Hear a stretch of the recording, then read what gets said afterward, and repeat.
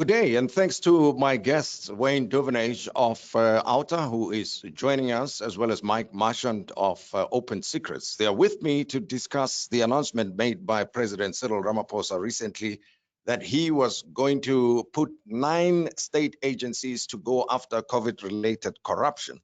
And we will be joined by Tebogo Khaas of the SMME Forum in a moment.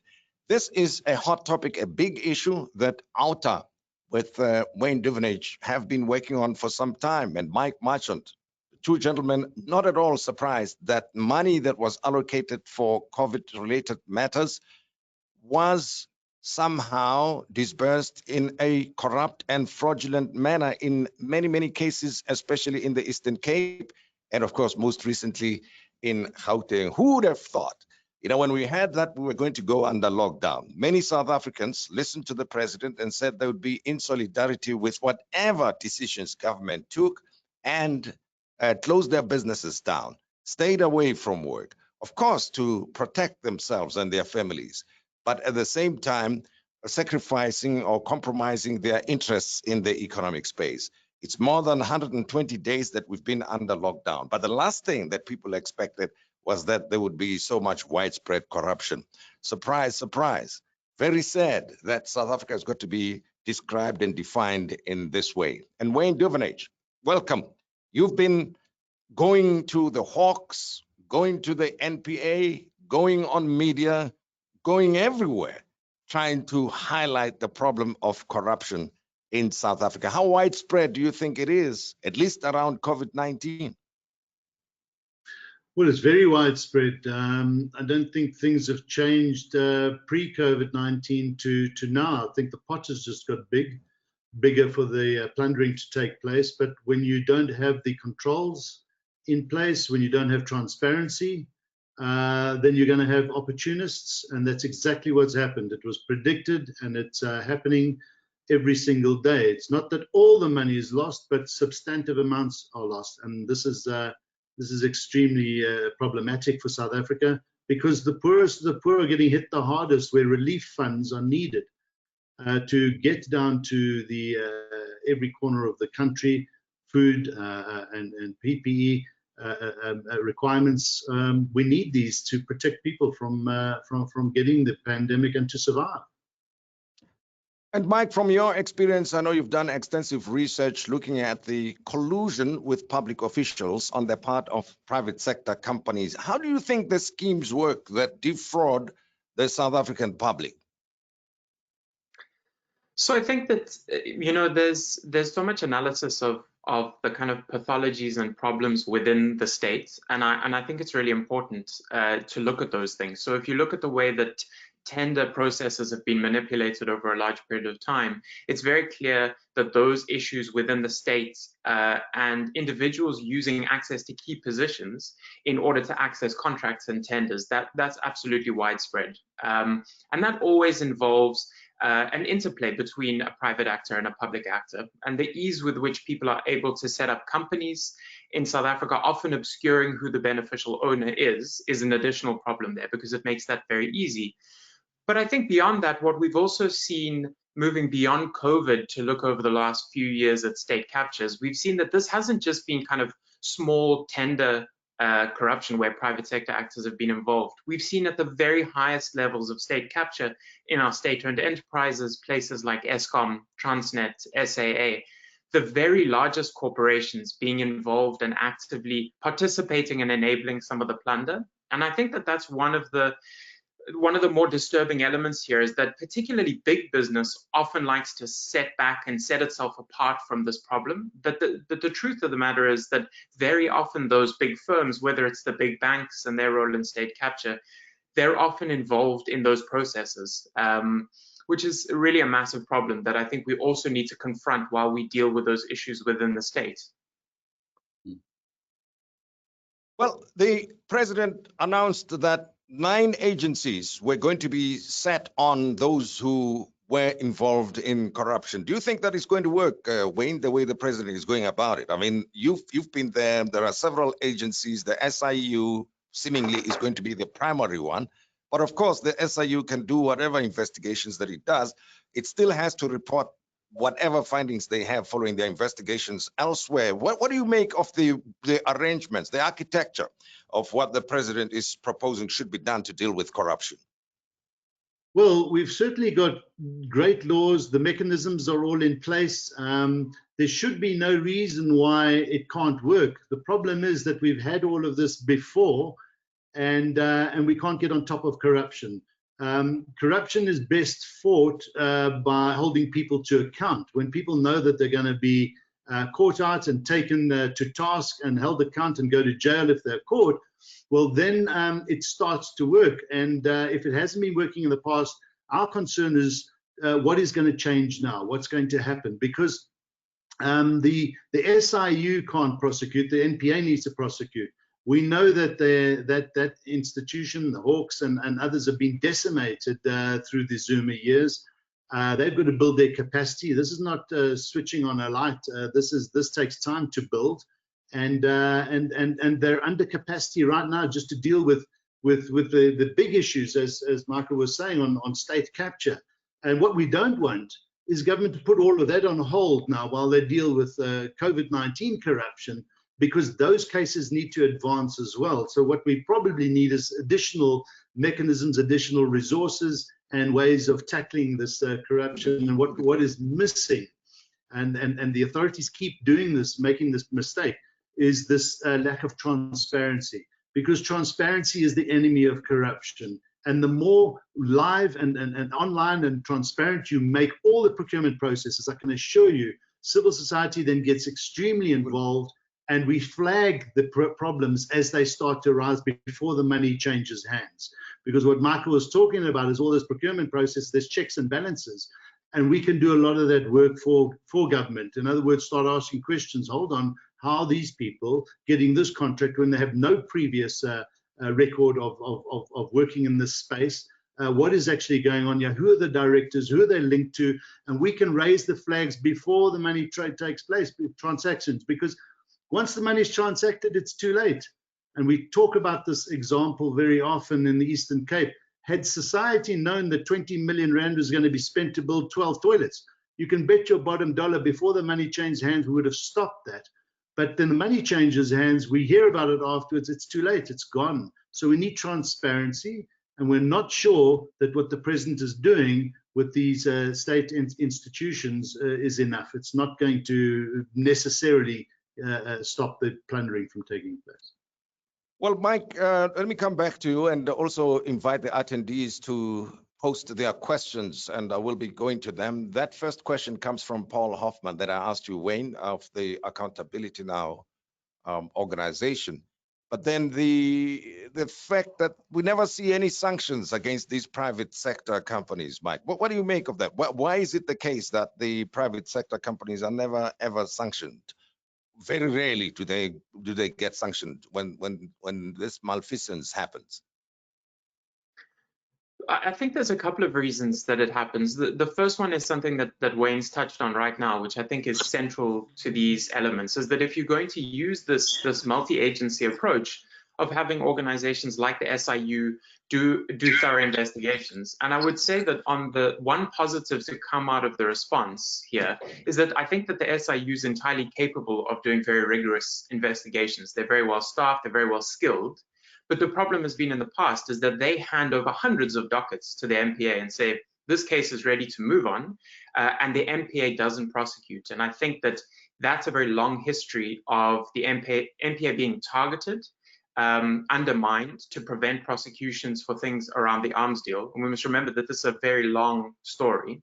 So I think that's one element. And particularly when it comes to private sector actors, those prosecutions are often relatively complex because they're engaged in what are quite complex financial and economic crimes.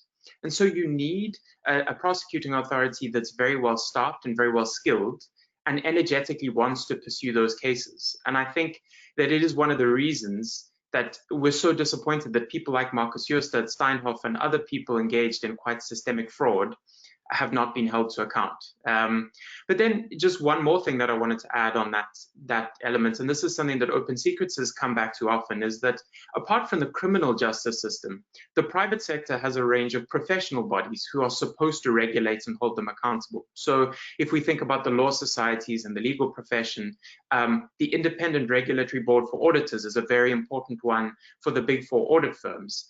And to be completely frank, those organizations just have not shown the energy in really trying to hold those private sector actors accountable. You know, there's often a revolving door between powerful corporations and the professional associations. And so you don't see the kind of fines that would act as a deterrent. To use one example, we saw that PwC has been implicated in missing quite systemic fraud at South African Airways while they were the external auditors there for a period of 7 years. They have been found guilty by the Regulatory Board for Auditors on at least one occasion, and the fine was 200,000 Rand. But PwC earned millions and millions in fees. And so if those are the kind of fines that you're going to give to private sector actors, they are going to increasingly calculate it as a cost of doing business. You can afford to pay the fines. And if you get caught out in malfeasance at a state-owned enterprise or somewhere else, you know, pay the fine quietly and move on. And that's one of the big problems. Yeah. Well, I wonder, Wayne, have we been able to quantify the extent of corruption within the public sector? Do we know? And of course, we've got so many laws, right? PFMA, I don't know how many other laws, but there are dozens and dozens of them, and they get flouted at every level, at municipal level, in the state-owned entities, within national government departments, at provincial level. But these were put in place ostensibly to discourage the commission of corruption, but that has happened. And having happened, what is the damage to public resources? Well, it's billions. You know, I recall in the past when you wanted to report a million rands types of fraud, it was not big enough for media or to be really followed up on. It's just got ludicrous. It's massive amounts. Now, I think a lot of entities or people trying to work out what is the cost of corruption. There's no exact figure. I mean, nobody has the tally, but people put it at between 500 billion and 800 billion Rand has been lost over the last decade. You just have to look at two big projects in Eskom, Medupi and Kusile, budgeted at 70 billion Rand each, now 3 to 4 times that price and still not finished. And that is just as a result of complete maladministration and corruption and plundering that's taking place. So, and then you go down to local government level, and we just see it's been decimated at that level. Municipalities are losing money. Money isn't getting into accounts. So whether you want to add it up from local government level, provincial and national, yeah, the estimates are very, very high. Now, imagine that money flowing to where it should have in this country. Imagine we didn't have the 450 billion Rand debt at Eskom. And that's the reality. We wouldn't have these massive increases. And the knock-on effect of that into business to push up the prices of producing goods, we now become an uncompetitive country in the world stage. And the list goes on. The damage is extremely big regarding the extent of corruption in this country, Tim. And we need to start trying to quantify it, but it's detrimental. We're in a junk status because of our country's inability and our state's inability to tackle. And I corruption. suppose that is the first thing that we should note, that we're already in junk status as a result of what has been referred to as scoring own goals that should not have been scored, that were avoidable, and that the economy, with all its constraints, could have created so many opportunities. Now, Evelyn wants to know, how are we ever going to hold anyone account, given that we have so many laws and we know the violations are what? I don't know how many cases. You'll tell me in a moment, Wayne, how many cases that you have lodged with the Hawks and also the approaches to Parliament. Now, Evelyn wants to know, how are we ever going to hold anyone to account? And Skalkani wants to know, why is there no peer review process in place for government tenders? The first question should go to you, Wayne, and the second one, Mike, if you can comment to that. Well, the only way we're going to hold people to account is for the rule of law to flow and the national prosecuting authorities to do their work and the hawks to do their work. We've laid, I think, over 20 charges, and some of them are treason charges against ministers, deputy ministers, DGs, people in the state-owned entities, and nothing has come of those cases. The files are there. They were certainly parked when in the Zuma era, when Sean Abrams and company were in power. We do know that those cases are being worked on right now. But as we said earlier on, the NPA's capacity and the Hawks capacity has been decimated, and they are extremely short in the manpower requirements and expertise requirements to go and do this work. I mean, we've mapped the money flows on the Transnet matter right the way through to the hundreds of bank accounts in China, offshore from China, through the Chinese state-owned rail companies. The information's there. We just got to go and get the culprits. And if they don't do it, nothing happens until something happens. And unfortunately, it's too slow. But there are some good signs. We see VBS arrests starting to take place, and we know, because we work behind the scenes with law enforcement, there are big things coming, but it's far too little, and there's no detrimental impact on people who are plundering right now because they think they can get away with it. And Mike? I think on the question of procurement, I mean, on question of procurement, I think that those things, many of them are being monitored. And it goes back to this issue of it's not necessarily the problem that we're not able to identify these things. It's the fact that what happens when the information comes to light. I think particularly when it comes to those issues around the state, one of the things that we could be doing a lot better is prosecuting some of the more straightforward crimes. So when we talk about kind of grand corruption, it can often be a hugely complicated case of global money laundering, and those are absolutely essential, and we have to pursue them. But at the same time, at the lower level, the Public Finance Management Act has provisions that create for many crimes that are relatively straightforward. So, for example, if you are a state official and you negligently fail to ensure that a procurement process is even transparent, that's actually criminal in terms of the PFMA. And the National Prosecuting Authority, I think, should increasingly be moving on some of those more straightforward cases, also just to build a public confidence on the fact that those kind of cases are being met. I think the problem when it comes to the private-public kind of exchange is that one of the consequences of having a state that is struggling for capacity is that many people are just arguing that, well, just move towards privatization more broadly. But that actually creates some of the perfect conditions for this kind of problem to arise. So if you look at some of the most obvious cases of corruption within the state, they're around consulting contracts. It's around the fact that the state-owned enterprise or the state has decided it can't do something itself. So it gets a McKinsey or someone else to come in and start fulfilling all of its functions.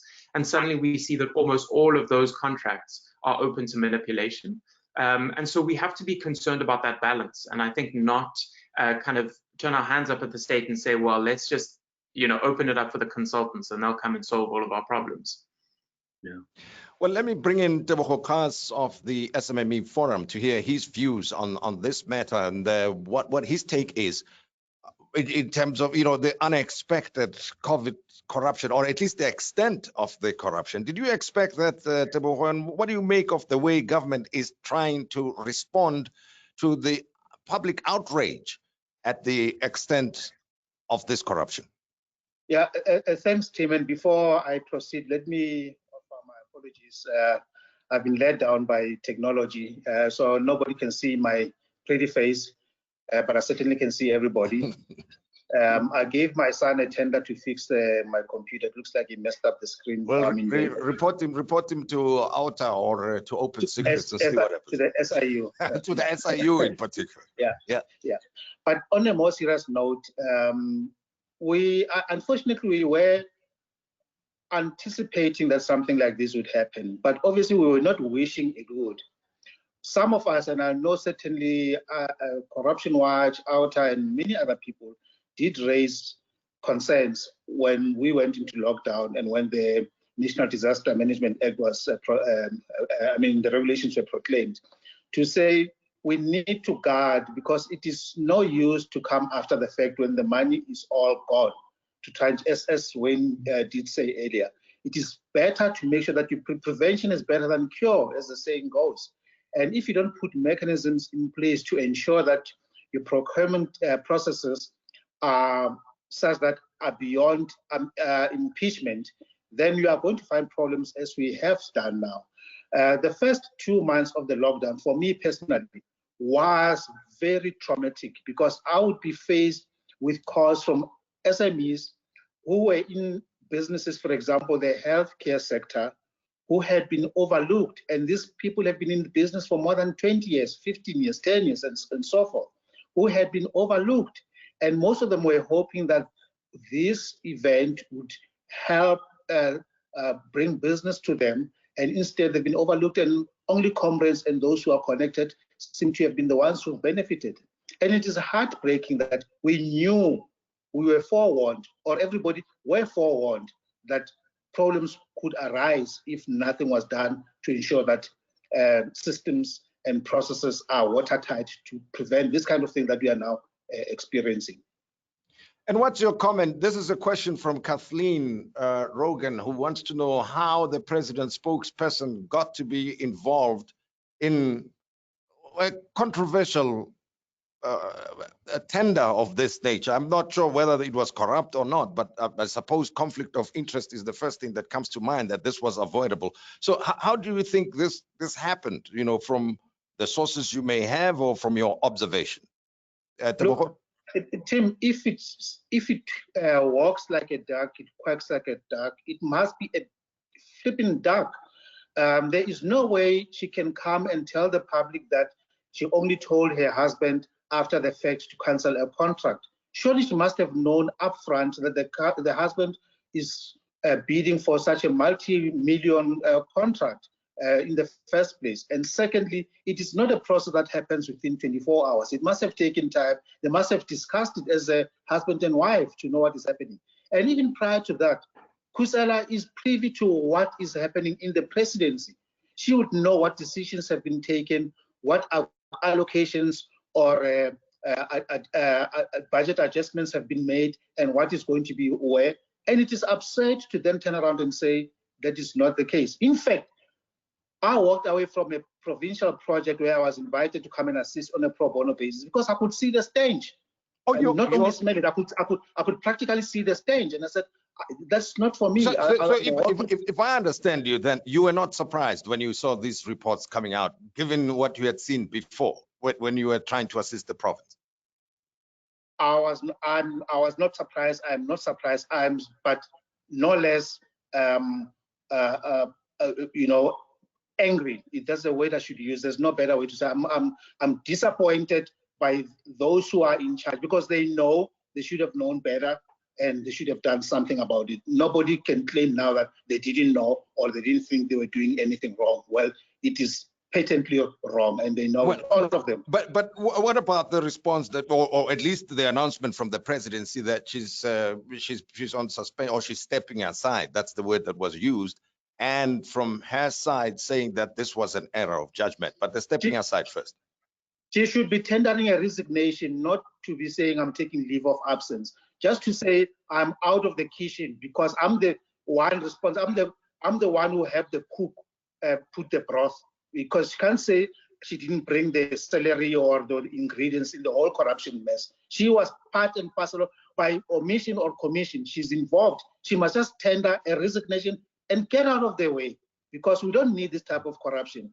We are already, our economy is struggling, and the little pity of the fiscals that is available, people have got the gumption to even take that. You know, there's an African saying that says, "Moni steal the cake and then the air." The slave of you steal the air of the cake, and you can't steal both the chicken and the egg. You know, at some point you're gonna have to have something that's gonna lay the egg, or you're gonna have a chicken or an egg that's gonna hatch into a chicken. Yeah. But they're not doing that. Okay. But we're used to it. It's nothing new.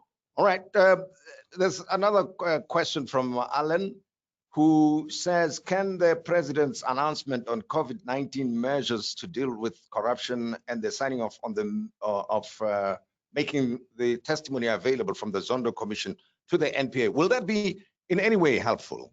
Mike? I think it's a very positive step. It's something that civil society has been pushing for a long time, for the Zondo Commission and all of the evidence that's arising there to be more actively shared with the authorities.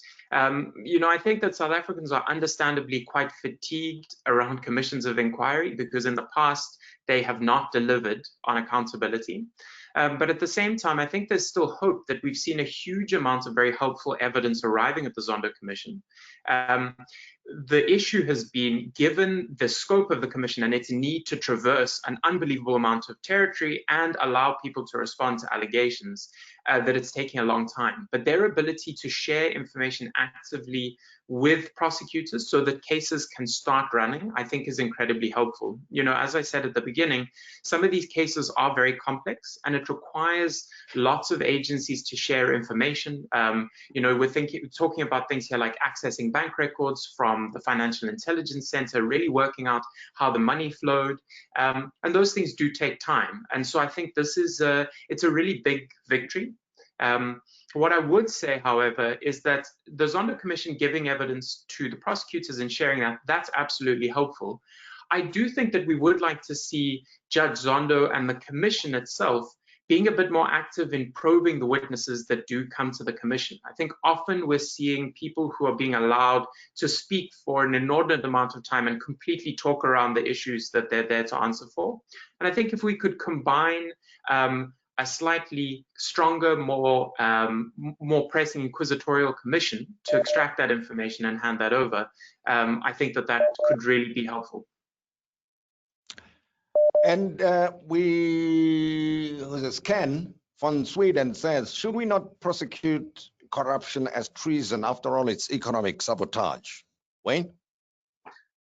Yes, where it fits into that category, absolutely. We charged one of the ministers just for sharing information which he shouldn't have to parties that had no access and no right to receive that information, which gave them benefits in deals that were taking place. That is treasonous, because it is acting against the interests of the country.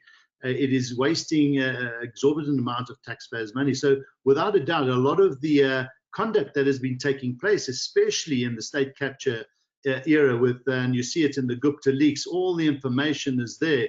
The appointments of ministers, even some of those ministers didn't even know they were going to be appointed before the Guptas knew, and that type of information and flow of information has an impact on insider trading and so much stuff that takes place. It does fall into the category of treason, and I think we should be able to put a lot of these cases in that space, and that will certainly command big repercussions. Well, just still there, Alvin wants to know why people who get suspended from their positions in government cannot be suspended without pay. Why is it not the case?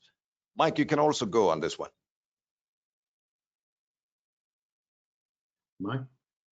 Mike? I think that there's a complicated interplay here. The one thing would be around the procedural aspects of the law, around the ability to suspend someone if there's no finding without pay. I think probably what the bigger issue here is how long the suspension without pay goes on for. So we hear for stories all the time where someone's been suspended on pay for 5 years and nothing's been done. I mean, that's truly outrageous. So I think suspending someone with pay, if it's procedurally fair, that's great, but then it can't be more than a couple of months. You do the investigation and there's a finding, and then you act on that, because otherwise it's absurd. Well, and Lerato Thinking also is asking the question, what happened to the lifestyle audits? She's asking that, this should be done on procurement stuff, especially when there are suspicions that some corruption may have happened. Why is that not the case, Tebogo? It's deflating to think or to realize that the things that we have, or our government or the ANC government has been preaching for all these years are not happening, because we know about talks about lifestyle audits and all that. And the sad thing is, we can see you don't even need 2 brain cells to see that people are living beyond their means. If you're a minister and you're driving around in a Mercedes-Benz G-Wagon, and you've got an AMG, another AMG parked there and all that, certainly questions ought to be asked as to how do you afford this type of lifestyle. You're dressing up in flashy designer suits, you're traveling to all exotic places. Surely you don't even need to actually, you should be able to have the president summon you and say, but what's going on? You seem to be living beyond your means. But no, our ministers are lapping it up off like celebrities, and they're using the public purse to fund their lifestyle. You know, and people have got a way to devious ways in which they can hide whatever it is. For example, using relatives or friends, and therefore you cannot be able to trace the fund, the flow of funds directly to them. But certainly, it takes people themselves to say they're not going to do wrong, and you don't need to be policed to do right by your own country. So lifestyle audits, yes, is something that is preferable, or if we can, we'd rather not be even wasting resources to do those audits. But people of integrity ought to be the one to ascend to public office and make sure that they deliver to their promise to the people of South Africa. We cannot afford this. And the sad thing, if I may just add on that, the sad thing is, you know, I personally do not think that the president is corrupt or is venal. But I want to believe that he is indecisive in the kind of people that he surrounds himself with. And people tend to be taking advantage of his character or his demeanor to be able to do as they please. But certainly, this is, we cannot countenance this as a nation. Well, and obviously, sorry for that, Tebogo, it undermines his own standing, you see, because after all, the currency of a leader is that people must have confidence and trust in you, the voters, the citizens, the taxpayers, right? Not the immediate people. Otherwise, you would not occupy such a big senior public position if you don't pay attention to the sentiments and the interests of those people. Now, Guy Murray and Evan Gold want to know whether the private sector professionals can play a role in assisting the state in prosecuting corruption. Wayne? Yes, they can. There's a lot of expertise out there. Forensic auditing skills are required. There's a big shortage of that in the NPA. I mean, organizations like ourselves, Corruption Watch, Open Secrets, a number of us have got good investigators, systems, and we can, without a doubt. The problem is that the state is not allowed to just allow them to enter into the processes. We can build cases and hand them over, which is what we do. There's a Section 27 within the NPA Act which allows cases to go directly to them. They will be then filed with the Hawks. So I think what we would like to see is private prosecutions, and we put this to the state. We said, well, if you're too busy, just give us the Nolly prosecute certificate and we'll do the private prosecutions on your behalf. But they can't do that, because to get a Nolly prosecute certificate, they have to say that they cannot push this case any further because they don't believe there's a winnable case. That's the law. We're now asking, well, get the law changed, speak to the authorities, and use the skills that are out there. But then you get the whole procurement process. Who gets the job? Who is the state paying for these services? Aren't they? If they are paying, was it tendered for? It becomes extremely messy, and they're not allowed to allow private sector in. So without a doubt, we can. The opportunities and the skill sets are out there in the private sector. So the corollary of that is to give the resources, more resources to NPA to go and recruit and employ the right people and get going. The problem is they've reached their budget. They've got a lot of people sitting in the system that shouldn't be there. And until you can remove them, and there's a whole labor process that has to take place, until you can remove the rotten apples, your salary bill is being used up to pay for. But now, Wayne, you know, we've heard, and people welcomed Advocate Shamila Batoy and Hermione Cronje when they were appointed. And late last year, Advocate Cronje suggested that the Estina case, as an example, was ready for prosecution, but not much has come out of that. Now, Ogar Peters wants to know if there have been any successful prosecutions, at least the cases that you have reported to the Hawks and the NPA and elsewhere. Are there particular cases, and Mike, I'd also like to hear your comment on this one, that have been successfully prosecuted that give you confidence that somehow the agencies and the institutions that are tasked with pursuing corruption are doing their work? Well, not yet, not enough. Aside from the VBS cases and Minister Bongo, I think there was a couple of cases, but certainly that's not enough. And as Michael was saying earlier on, there's some, 10% of the evidence that has been presented to the NPA in a country where the rule of law works would have been enough to put many people behind bars, but for some strange reason, it's not the case here. So no, there haven't been enough prosecutions. There certainly hasn't been the big ones that we're looking for, the clear and obvious ones, and that's what's frustrating society. And Mike, you know of any? Certainly nothing from what we've given over to the prosecuting authority, but we are still very much in the early stages of engaging them on a range of crimes, both past and present, regarding things that we want them to pursue. I do think, just to add to the previous question, this issue around the private sector involvement, is that it actually presents quite a fundamental difficulty and question that the prosecuting authority and all of us kind of need to consider as a society. I think what Hermione Cronje and Shamila Batoy and others have realized coming into the prosecuting authority is that it was much more seriously eroded than people thought. And I think that they are really struggling with the kind of capacity on a wide sort of basis across the country for those public prosecutors in each province to kind of move forward. So it's a fundamental concern. And I think that it raises a difficult question about the private sector, because yes, I certainly think civil society can work together with the prosecuting authority. I think in terms of the private sector corporate involvement there, that becomes a lot more tricky. I mean, we've heard recently that Steinhoff may well be bankrolling the National Prosecuting Authority's investigation into what happened at Steinhoff. And I think once you start having that kind of direct involvement there, where you're co-opting people who potentially are even implicated in the crimes, I think that's very dangerous. And when we look at state capture, it's a very good point, is that I would say that every big bank in South Africa is implicated in money laundering linked to state capture.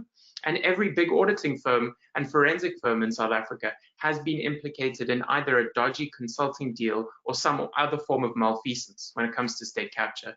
And so the prosecuting authority also has to be incredibly careful of wading into an area where there are, again, these fundamental conflicts of interest that actually preclude those people working on those cases. And so I think, just to reiterate Wayne's point, is that it's really essential that there's a short, medium, and long-term plan for the NPA to build itself the capacity, get people, energetic young people in who want to work for the state prosecutor, and make it an environment that's encouraging of that, so that they can run these cases on their own. Well, I suppose that answers Pippa Webner's question. She wanted to know that when Shamila Batoy took over as the head of the NPA, many corporations offered financial assistance to enable her to hire staff. And you've already mentioned that Steinhoff got involved, and you don't think it's a good idea there, Mike. And Trevor Omrod wonders, why are we still going on with the tendering system? Let me start with you, Tebogo Khaas. The tendering system, in principle, tries to align procurement processes with the constitutional imperative of fairness, equity, and so forth, and all the ideals, ancillary ideals such as transformation.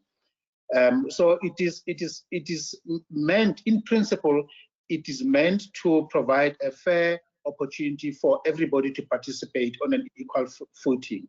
However, as we all know, it has been corrupted, and for personal reasons, for the greed creeps in, and it is not perfect, and no single system is actually perfect. I must also quickly add, because even if you say let's scrap the tendering system, what system will replace it, whatever it is, you'll find that it will have its own flaws. So it is important to have a tendering system, but it is the processes and the systems that you put in place to ensure that it is beyond reproach, it is unimpeachable, and to make sure that the right goods and services and the right pricing is being offered to the public. Well, this is from Humphrey Price, who says when the president got elected, many people in South Africa were looking forward to a corrupt-free society, thinking that he's an anti-corruption president. But from then until now, how do you rate him, Wayne? What do you think of the president's performance when it comes to dealing with corruption? You know, this question we get asked very often. He hasn't done enough. But let me put it to you this way, because we've got to be very careful for what we wish for.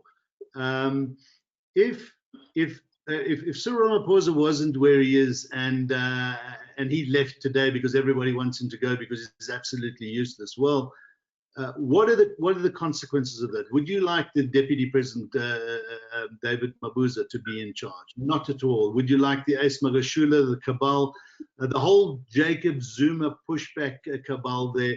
You don't want that, because you'd still have Tom Moyane in SARS. You'd still have Sean Abrams in the NPA, and we would be in a far worse position. So I think there's a lot of political power play in the background. His hands are tied in many respects. But that, I'm not making excuses for him. He needs to step up to the plate. He needs to lead, but he's playing a game of chess in the dark with one hand tied behind his back. It's not as easy as we think. Shamila and Hermione Cranier and the teams that are in place are doing a good job, but they should be doing a lot more. They are also in an incredibly difficult space.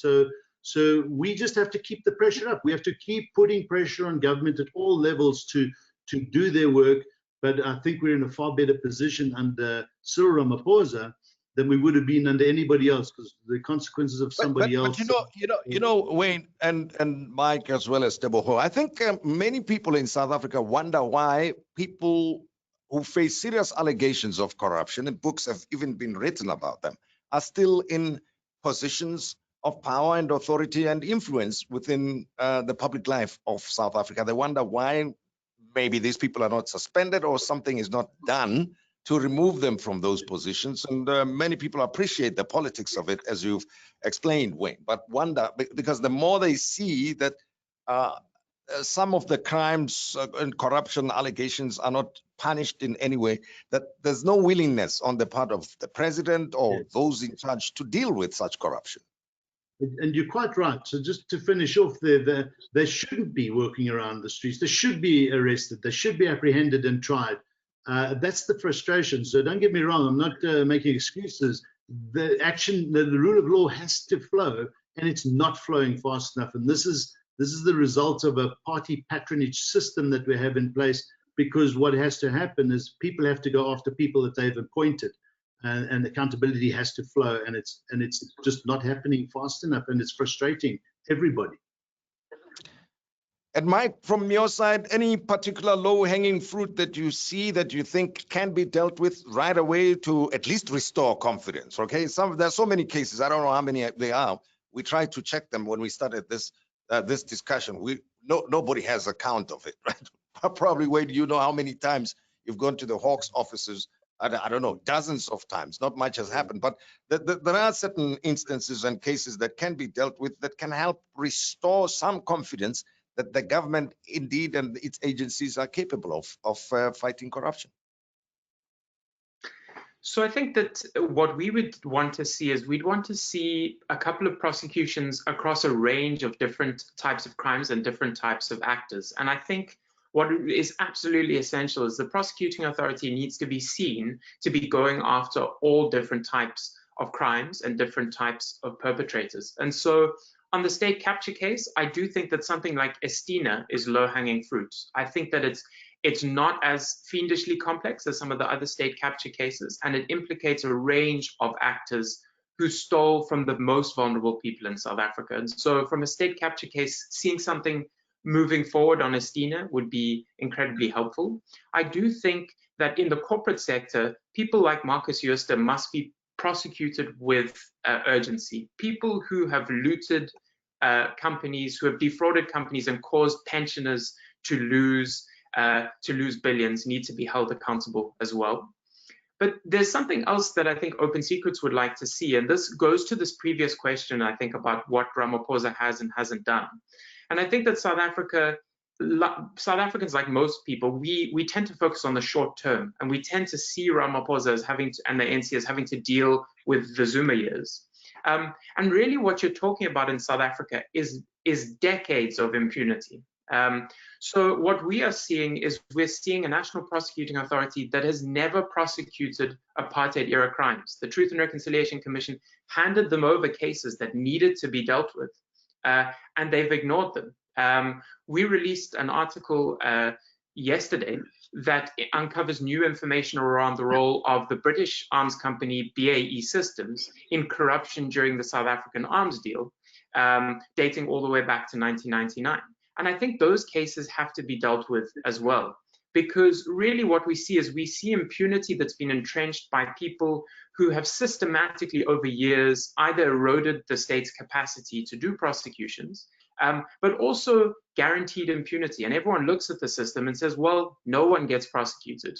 And so I think, it would be really powerful if the prosecuting authority took cases, I think, from different eras as well, and from a range of different crimes, gave them to different teams and prioritized them, because I think that's the only way that you're going to build the public trust and build the notion that there's a prosecuting authority that will truly actually go after people without fear or favor. So I think that's what we would like to see from Open Secrets. All right, Keith wants to know, Tebogo, if you can comment to this one, consequence management, that we don't see much of that in the government, and you have worked now and again as a consultant to the government, as you said earlier, you were assisting. What do you think of lack of consequence management within the government system? As I address that, please, Tim, if you could allow me to say, the optics aren't very good at all, and the president also must bear some responsibilities for what the public perceives of him and his administration. I'll use a recent example of his son being reported to have been involved in a 6 million contract with the taxi industry. That on its own, you can see that it just doesn't look good. It just doesn't send the right message to the public that he wants to do right, or he's doing the right things, because he ought to be saying to his kids, you don't go anywhere near where public money might be involved, directly or indirectly, period, for as long as he's president. What's stopping him from doing that? Because he knows that people will want to point at such examples. And certainly his kids have got a right to do business, not in a manner such as what we see happen now. They ought to make sure that they walk away from public procurement or public doing business with government. So certainly, that for me is the biggest one. Now, when you talk about consequence management, I mean, we were talking about low-hanging fruits. Some of those fruits are already on the ground; they are rotten. The money is gone, it's dissipated in Dubai. Whatever it is, what consequences are you going to send people to for 100 years in jail? Or should the consequences be make sure that you recover or you stop dissipation of funds? And the worst part is, even, let me use an example. Going back many years, you'd remember MEC of Health in Gauteng, Brian Hlongwa, who was allegedly involved in some nefarious activity. What has happened? That has died. I mean, obviously. So people say, if anybody else, if Comrade X, Y, and Z can get away with it, what's stopping me from doing? And if you're coming on me, what about the other one? What about that one?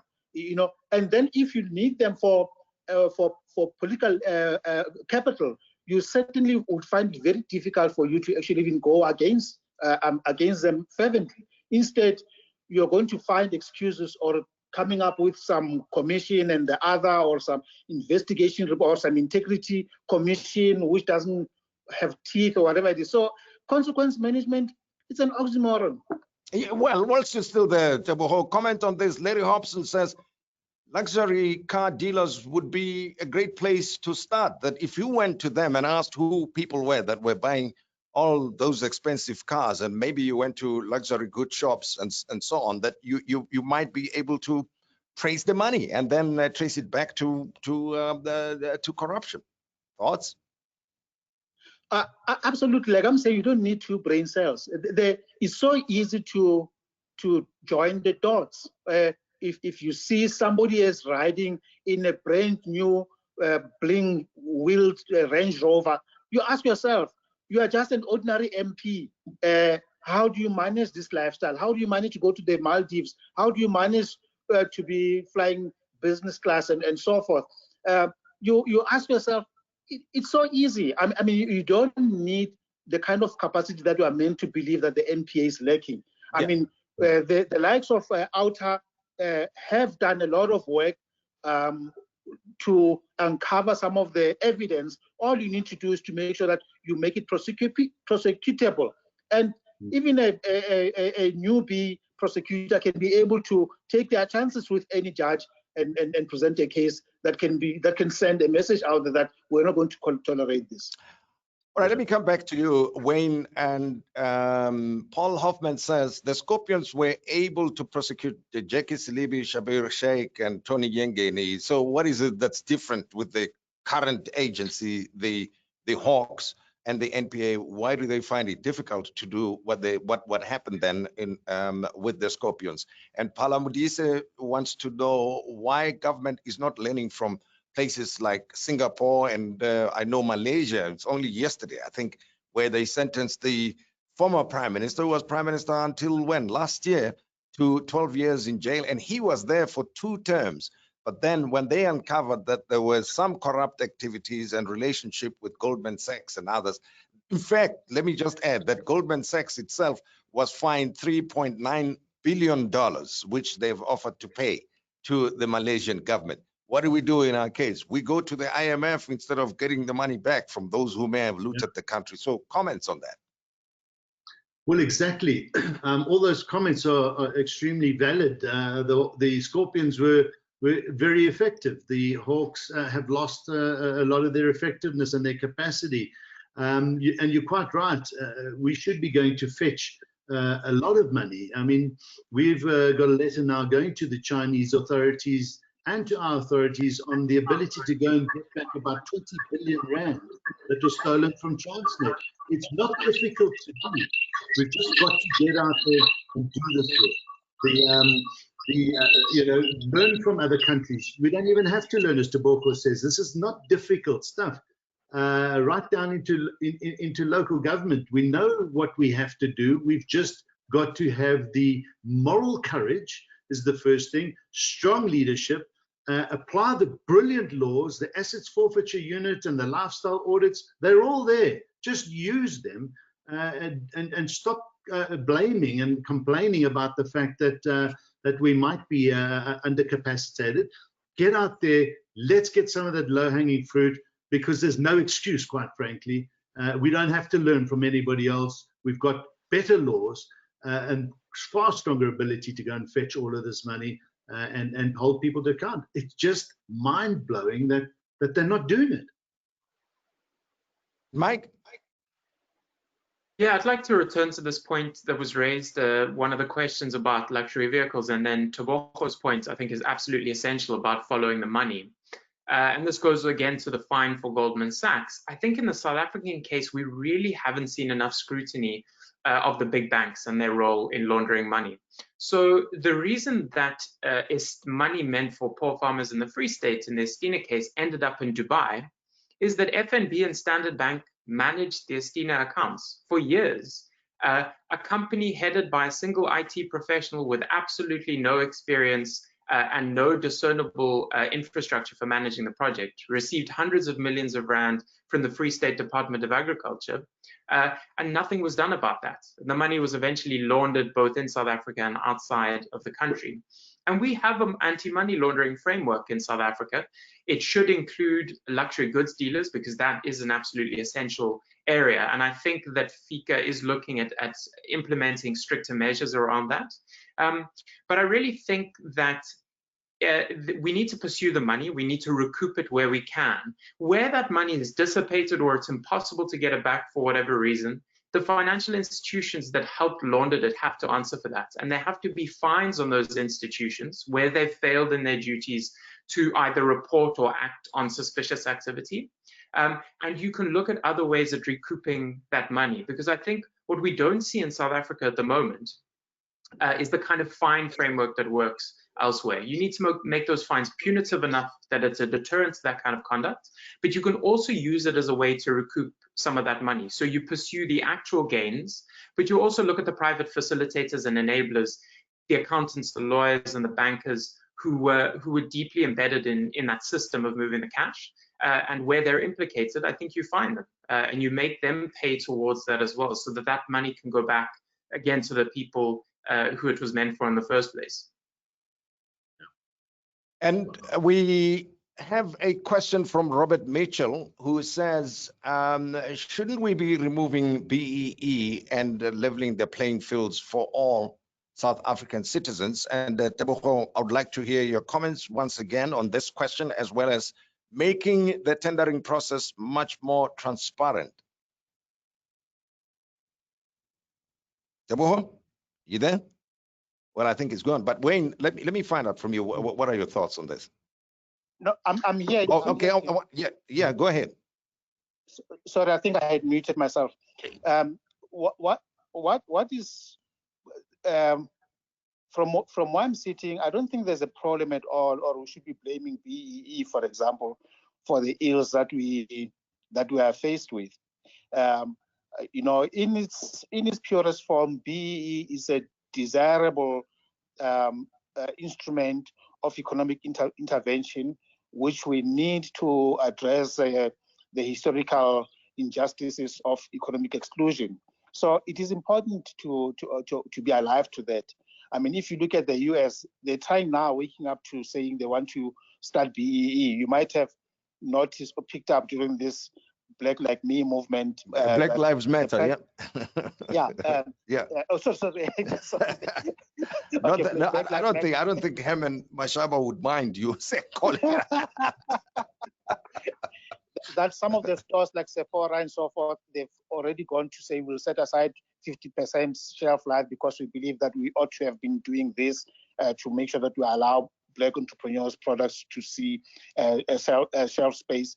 So it is a desirable thing, but the problem is we are having people who are not meant to be lording over the till to be doing it. We've got people who run with the hounds and whatever it is, run with the foxes and chase with the hounds, or run with the sheep or chase with the hounds or something like that. So we need to make sure that we get the right people behind, people who are selfless. And there are people who are selfless. Not everybody who is in government is corruptible or is corrupt. But we need to ensure that those who are good, as we have seen, people have resigned, people have lost their job. We've heard about what happened to the PIC and so forth.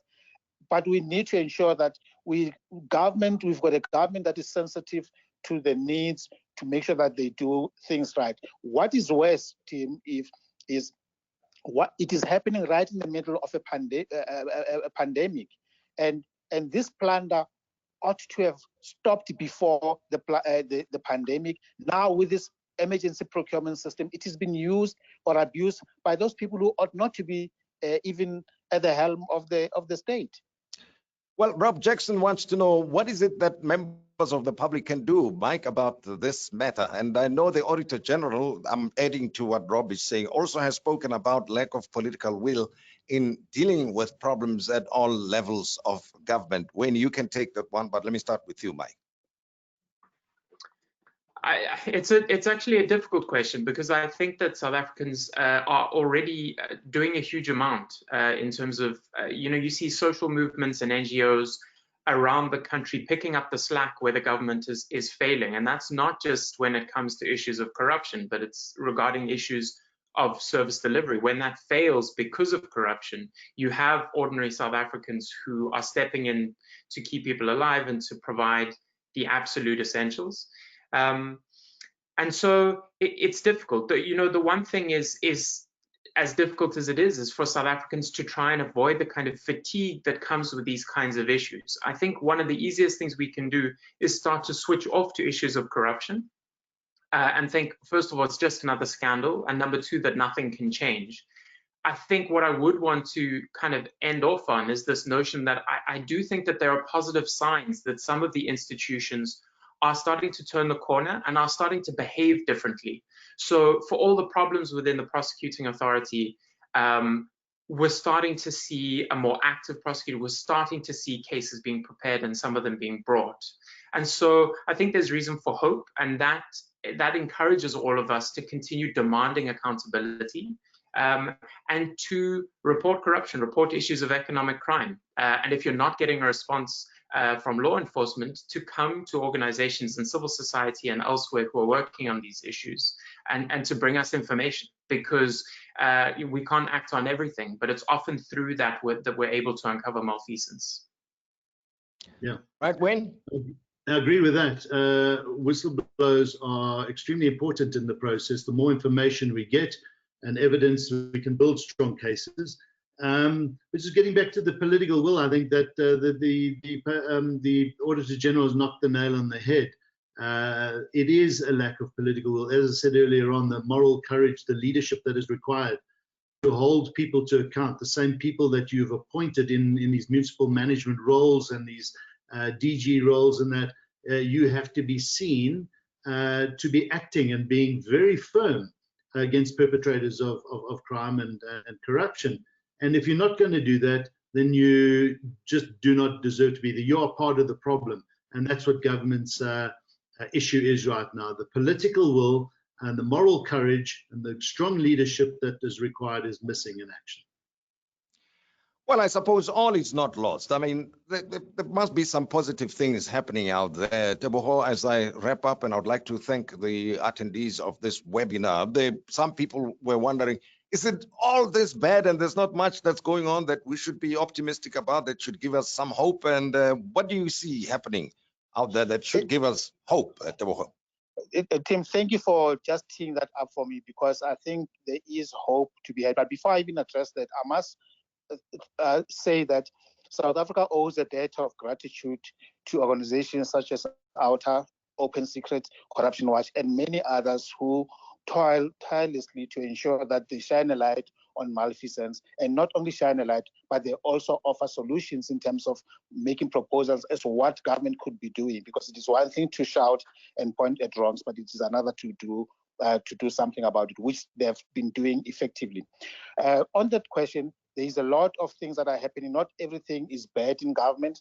I happen to be involved in one or two other projects at the presidential level, which are going fine, which when they are, some of them have been announced, they've been gazetted in the public, which seek to stimulate the economic activities post and COVID-19, but some of them already started, shovel-ready.